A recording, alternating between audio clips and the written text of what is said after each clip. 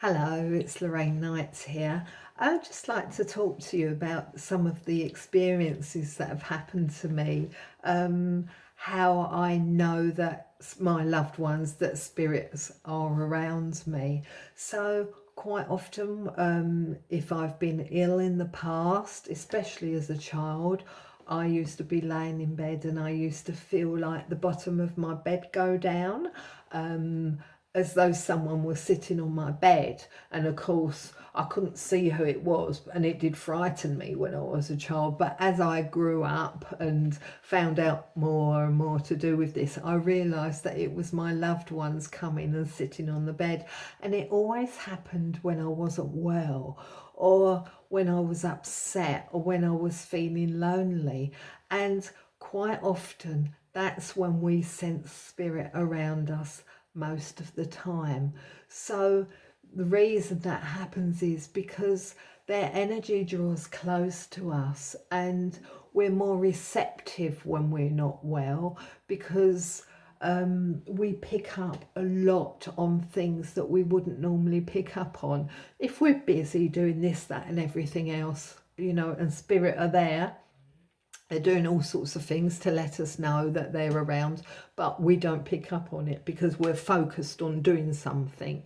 But if we're not well, or we're just sitting watching television, excuse me, we can pick up a lot easier. So this is why when you're not well, you're more sensitive and you can see things and feel things that you wouldn't normally notice.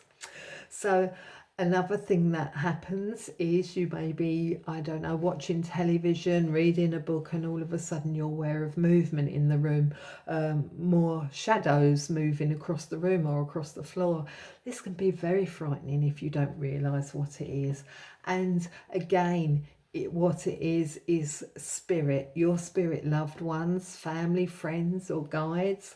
They're in your room and you are seeing them out of your direct line of sight. So that's another reason, that's another sign of them being around. Just send a thought up to them, just say hello, or just say, okay, I know you're there, I can see you, who are you? And take notice of the first thought that comes into your mind, because the first thought will be correct. After that, your mind will probably kick in all over the place and say, oh, well, it could be, it could be so-and-so, it could be so-and-so. The first thought is usually correct. Talking about thoughts, that's another way that spirit can speak to you. So sometimes you might be standing in the kitchen or doing something, and you hear a thought, you hear someone say hello, but it comes into your mind. How do you know that it's not your mind, and how do you know that it's spirit? Well, from my experience, quite simply, if it's your own mind, it comes from here. If it's spirit speaking to you, then it usually comes on one side or the other. So where spirit are standing by the side of you, this is where you would hear that thought from. Also, another way you can tell that it's not your thought and it is spirit is because it comes in louder than a thought. That's it's very difficult to explain, but that's one of the ways that I explain it to people. It comes in louder than a thought, and sometimes that thought can surprise you. So your mind will never surprise you. It's not possible, because what you are thinking is going through your mind, created by your mind. If you are surprised at something in your mind, you know it's not you. You know it's spirit interacting with you. I hope that makes sense. Another way spirit can let you know that they're around is you can feel goose pimples, or it can feel like your hair's standing up on end. It can be a little bit tingly, or it can be full on. When it's full on and you don't know what it is, it can be really frightening. I used to get really frightened by this in the past because I didn't understand what it was. It's your loved ones, family, friends, guides, angels, whoever, and they are coming really close to you, and their energy, or their pure energy, is mingling with your aura, with your energy, and that's what's making the tingling feeling or the goosebump feeling. If it's too much in your mind or out loud, ask them to stand back. Say, no, it's too much, please can you stand back a bit. You can put the thought out saying, who are you?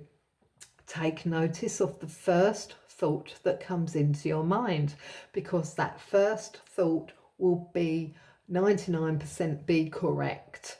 After that, your mind tends to kick in and tell you it's all sorts of people, but the first thought is usually correct. So why does it feel too much? Again, it's because their energy, because they're too close, because they're blending with you, and you know, if you're not used to it, it can be very, very unsettling, because you can't see them, but you can feel something changing. It's the same as if I was to get hold of your hand and I was to say, pinch your hand mucking about, I might just go like that and think it's great fun, but to you it might hurt, and you might have to say, oh, no, you know, don't do that, it hurts. So you have to tell your spirit loved ones if it's too much, if that feeling or that sensation is too much. Tell them, because they won't know unless you put that thought out to them.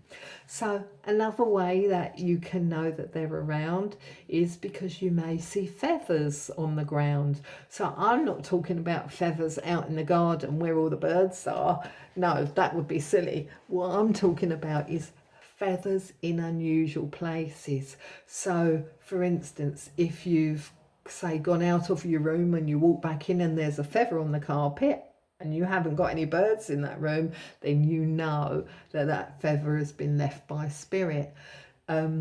Anywhere where it's unusual to see one, you know that that's spirit leaving that for you. So your angels can leave feathers, unicorns can leave feathers, your loved ones can leave feathers. It's a sign of love and it's a sign of hope.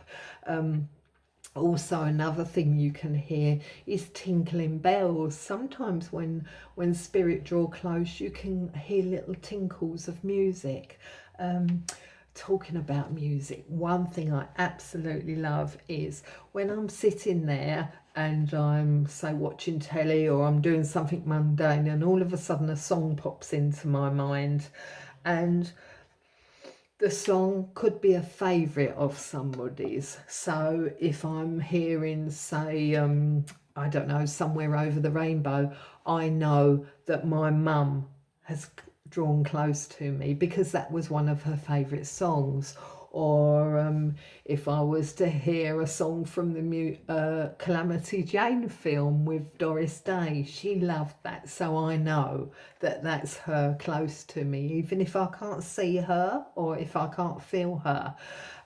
With my dad, he loved Monty Python, so a Monty Python tune or sketch comes into my mind, I know it's him drawing close to me. That's if I'm not doing anything that's related to it. If it just comes out of the blue, that's one of the ways that I know it's them. So your loved ones can impress a thought of something that they love to bring the memory of them to you. That is one way that they can communicate with you. Another thing they can do is if they had a favourite perfume or used to smoke a certain brand of tobacco, you might smell that perfume or that brand of tobacco. So when say if your grandfather smoked, say, Golden Virginia, when he drew close, you would smell that. Okay, it's called clairsentience, by the way, using a scent to bring your attention to that person. So my mother, she loved fuchsias, not fuchsias, sorry, freesias, the flower, and she loved lily of the valley. So if I was to smell lily of the valley, I might think of my mum or my nan, okay, because it was their favourite. So I'll put the thought out, okay, yeah, hi there, hi mum, hi nan, you know, I'd get the feeling of them, so I would know it was them. Let me think now, how else can they make their presence known? Yeah, you can see sparkles. Oh my goodness, I used to see so many sparkles, still do actually. Sparkles of light, little tiny ones or great big flashes. Orbs. I remember the first time I saw an orb, and it was it was about this big, literally round and blue, and it was floating right by the side of me, about 3 foot from the floor. Absolutely wonderful. It was my belief that in that orb was an angelic energy, possibly Archangel Michael, who connects with me along with many people. May have been someone else, I'm not sure, it was a long time ago now. I've seen little tiny orbs. I see green, very pale green and golden sparkles when I'm out in nature. Yes, any spiritual energy can transform into an orb. So I'm talking about fairies, elementals, angels, all beings of light. Your loved ones can transfer into orbs, and that's amazing. Everything brings me such pleasure when I see these. Sometimes I'll see the air rippling. Never used to do that. This has happened over the last few years. So I'll be walking along. I've got into the habit now of taking my camera with me, or when I go for a walk or up the park, and I'll get a thought in my mind, take a photo. And I'm not looking at a particular leaf or a flower or anything, and I just take a photo of the woods or the trees or something, and when I look back at that photo, I can see a being in that photo. It's absolutely wonderful. I love it. I absolutely love it. Let's see, how else can they let you know that they're around? So you might feel a warmth down one side of your face, okay? And when you feel that warmth, you know that it is somebody who loves you very much, okay? Spirit come in on hot and cold energies. So I have to say to you, don't always presume that if you're passing a cold spot in your house and you're sensing energies, please don't presume that because it's cold it's a negative energy. It's not. Spirit come in on hot energies and on cold energies. So quite often when I used to chair at a spiritualist church, and I would be aware of the spiritual energies while the medium was giving out the proof and evidence of life after death, I would feel warmth on one side and I would feel very cold on the other side. We also sense in energies of beings that are not human. So you can sense the energies of dragons. So dragons come in on very hot energies, but also very cold energies, depending on what dragons they are and where they come from.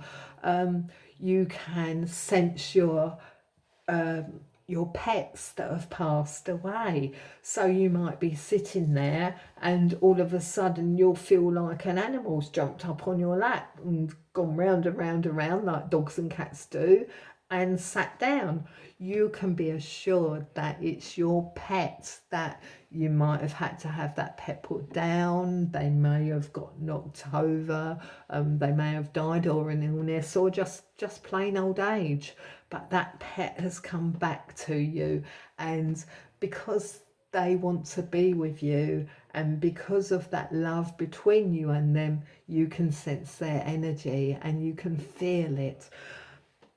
So that's been very helpful to me, because I've had lots of animals, lots and lots of cats. I haven't had many dogs, but lots of cats, and every cat, yes, I think absolutely every single cat that I've had, and I've had a few over 30 years or so, that's passed on, I have always seen them back. Within the next week, I've seen them sitting on the carpet, you know, or on the settee, and it's great. Sometimes I will be feeding my cats, and I'll go and to put some cat food down for a cat that's not there, because I've seen them as clear as anything.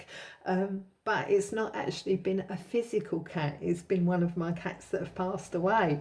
I absolutely love it. It is so helpful and so reassuring to know that life goes on, that there is no death.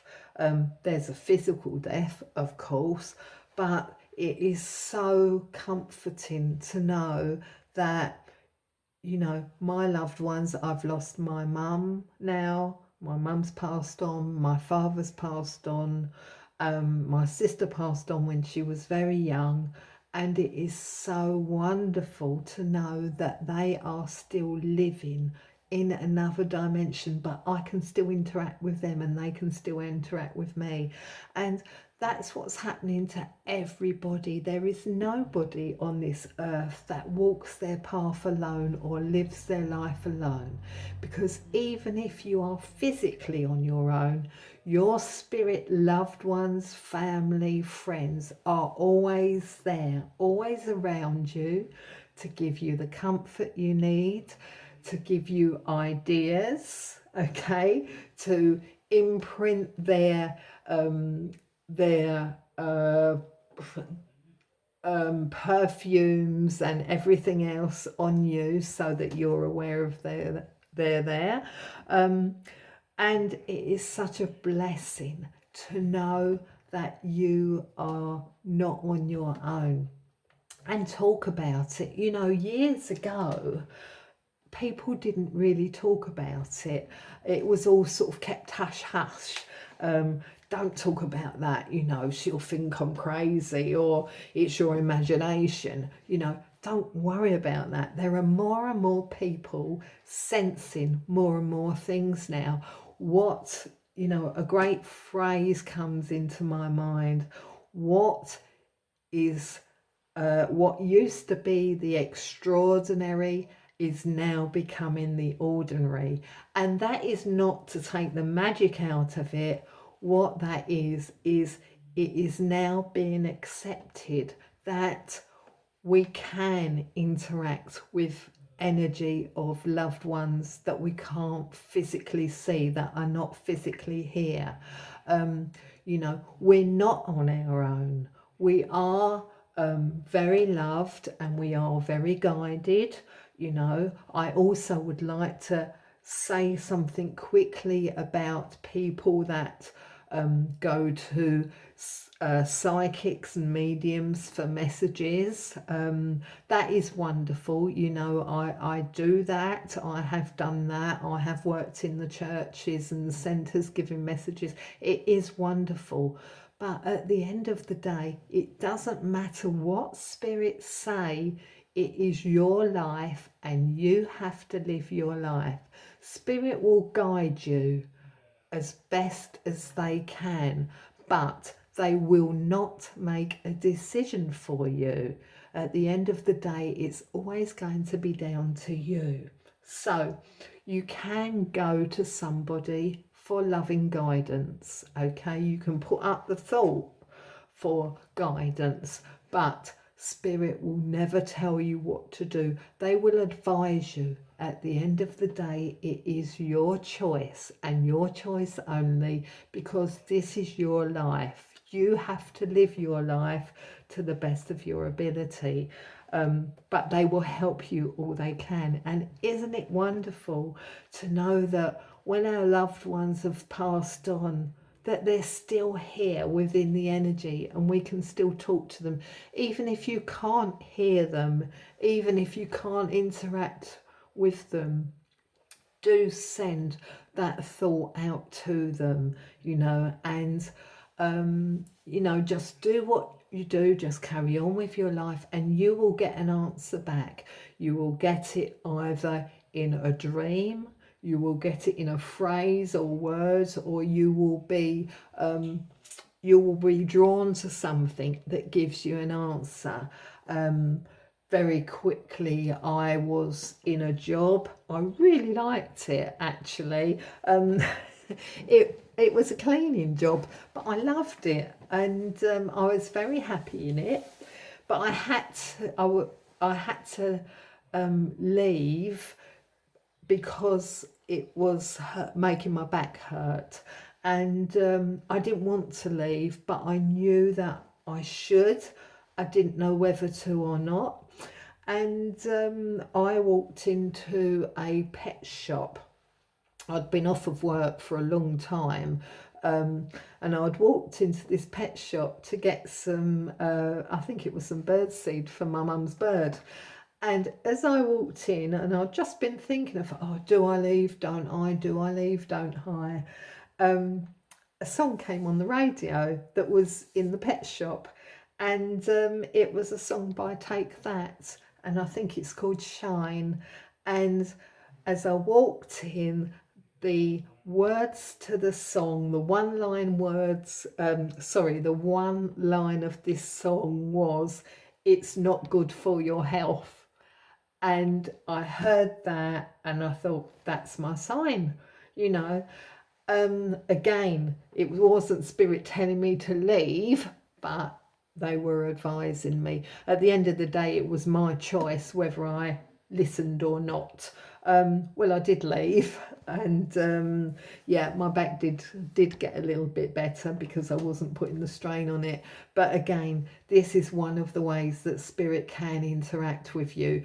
They can bring your attention to a line of a song that's playing on the radio, something that's said on television. They can bring your attention to a poster if you're walking along the road and suddenly you look up and you see a poster. The words on it might mean something to something you've been thinking about, or a problem that's been going on. Okay, all signs of how Spirit can let you know that they are around you, that they are guiding you lovingly. Okay, so I hope this helps. Be really interesting if you want to speak about it. If you've got any comments, that'll be great. And I look forward to hearing from you. God bless you.